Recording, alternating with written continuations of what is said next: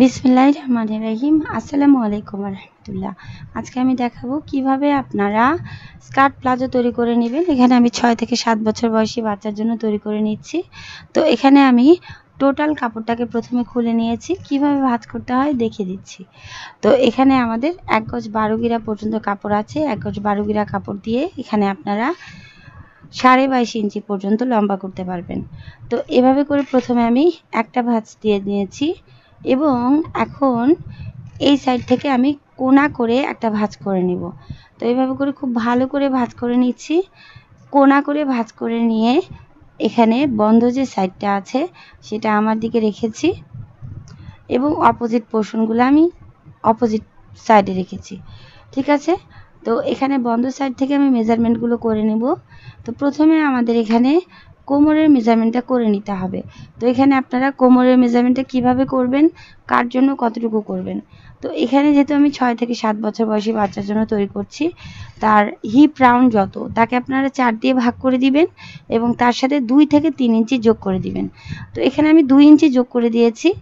যে বাচ্চার জন্য তৈরি করছি সেই বাচ্চার হিপ রাউন্ড হচ্ছে 24 ইঞ্চি পরিমাণ। 24কে 4 দিয়ে ভাগ করে দিলে হয় 6 ইঞ্চি এবং 2 ইঞ্চি যোগ করে দিলে 8 ইঞ্চি। তো এখানে আমাদের কোমর 8 ইঞ্চি নিয়ে নিলে ইনশাআল্লাহ হয়ে যাবে। তো এখানে আমি লাইন করে দিচ্ছি এভাবে করে, কোনা করে আপনাদের 8 ইঞ্চি নিয়ে নিতে হবে। ঠিক আছে, তো এভাবে করে 8 ইঞ্চিতে মার্ক করে দেওয়ার পর এখন আমি লম্বার মেজারমেন্টটা নিয়ে নিব। তো আপনারা যখন লম্বার মেজারমেন্টটা নিয়ে নেবেন, বেলটা আপনাদের কিন্তু বাদ দিয়ে লম্বার মেজারমেন্টটা নিয়ে নিতে হবে। তো এখানে আমি 1.5 ইঞ্চি বেল্ট বাদ দিয়ে লম্বাটা নিয়ে নিব। তো এখানে যতটুকু লম্বা হয় প্রথমে মেজার করে নিব। তো এখানে আমাদের 23 ইঞ্চি এসেছে, তার মানে সেলাইয়ের পর এখানে আমাদের 22.5 ইঞ্চি থাকবে। ঠিক আছে, তো 1 গজ 12 গিরা কাপড় দিয়ে এখানে আপনারা কিন্তু 22.5 ইঞ্চি পর্যন্ত লম্বা করতে পারবেন। এখন উপরের দিকে উঠিয়ে নিচ্ছি। মেজারমেন্ট টেপটাকে আমাদের একদম কোনা থেকে ধরে নিতে হবে এবং এখানে আমাদের যতটুকু পরিমাণ আমাদের লেন্থ হয়েছে এই লেন্থ অনুযায়ী এভাবে করে মার্ক করে দিলেই হয়ে যাবে। ঠিক আছে, তো এভাবে করে মার্ক করে দেওয়ার পরে এখানে আমাদের নিচের দিকে যতটুকু কাপড় এক্সট্রা আছে এই কাপড়টুকু আমি কেটে নিব এবং এই কাপড়টুকু দিয়ে আমি বেলটা বের করে নিব। তো বেলটা যখন আপনারা বের করবেন তখন সোজা একদম স্ট্রেট কাপড় দিয়ে বেল্ট বের করতে হবে। ঠিক আছে, তো এখানে আমি এখন হাইয়ের শেপটা দিয়ে নেব। তো প্রথমে হাইটা বের করে নেব।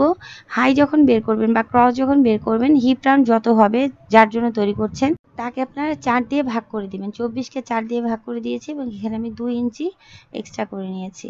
তো এখানে আমি লাইন করে দিচ্ছি, তার মানে 8 ইঞ্চি এখানে আমাদের হাইয়ের শেপ হাই এসেছে এবং হাইয়ের শেপ দেওয়ার জন্য এখানে আমি 2 ইঞ্চিতে মার্ক করে দিচ্ছি। তো এভাবে করে 2 ইঞ্চিতে মার্ক করে দিয়ে এখানে আমি শেপ দিয়ে নিলাম। তো এখন আমাদের কেটে নিতে হবে। কেটে নেওয়ার জন্য এখানে আপনাদের কিন্তু সেলাই মার্জিন বাদ রেখে এখানে কেটে নিতে হবে। তো এখানে আমি কোমরটাতে 1/2 ইঞ্চি বাদ রেখে কেটে নিলাম এবং হাইটা অ্যাজ ইট ইজ যেটা দাগ ছিল সেই অনুযায়ী কেটে নিয়েছি। তো এখানে আমি খুলে নেব। তো এখানে আমাদের যেহেতু দুইটা পার্ট একসাথে করা আছে, জোড়া দেয়া আছে, এই জোড়াটা আমাদের কেটে নিতে হবে মিডিল বরাবর। তো এখানে আমাদের জোড়াটা কেটে নিচ্ছে এবং এখানে দুটা পার্ট আলাদা হয়ে গেল।